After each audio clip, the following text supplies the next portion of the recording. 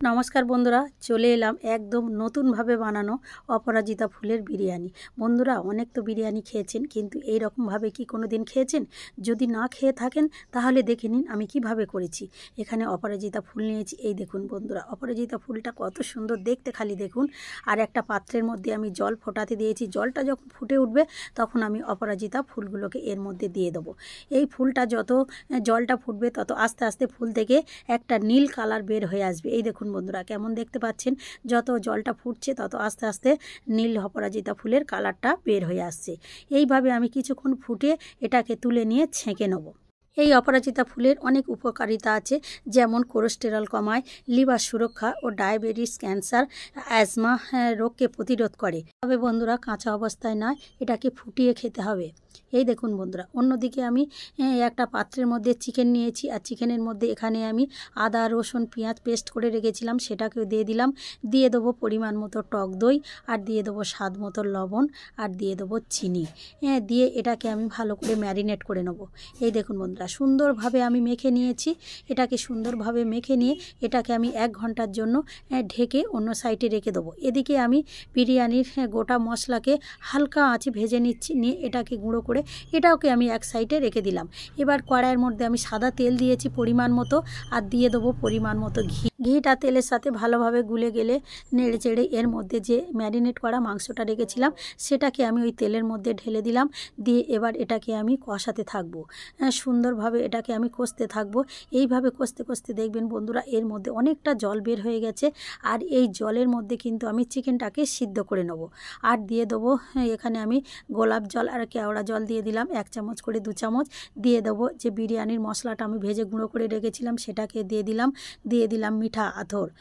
দিয়ে এবার এটাকে আমি সুন্দরভাবে কষিয়ে নেব। অন্যদিকে এই দেখুন বন্ধুরা, এখানে আমি ভাতটাকে করে নিয়েছি। আর ভাতটা করতে হবে 30% বাকি থাকবে, এইভাবে করে নিতে হবে। সুতরাং 70% ভাতটাকে সিদ্ধ করে নিতে হবে। নিয়ে এটাকে আমি ফ্যান ঝারিয়ে নেব। আর অন্যদিকে চিকেনটাকে এবার আমি ভালোভাবে কষাতে থাকবো। এখানে কিন্তু বন্ধুরা আমি কোনো হলুদ ব্যবহার করব না, কোনো লঙ্কা গুঁড়ো ব্যবহার করব না। এখানে আমি কয়েকটা কাঁচা লঙ্কা দিয়ে দেবো। যার ভালো লাগবে লঙ্কা খেতে, সে এই কাঁচা লঙ্কাটাই খেয়ে নেবে। এইভাবে আমি সুন্দরভাবে কষিয়ে নিয়েছি।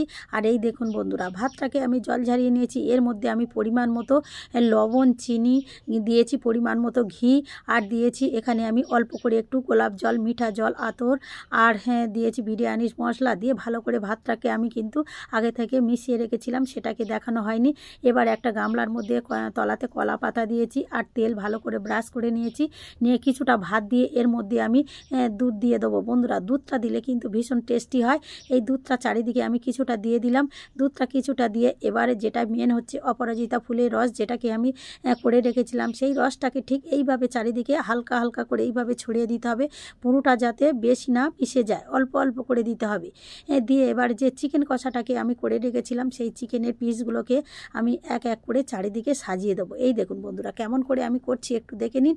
ঠিক এইভাবে আমি চারিদিকে চিকেনের পিসগুলোকে সাজিয়ে দেবো। আর গ্রেভিটাও চারিদিকে একটু করে এইভাবে দিয়ে দেবো।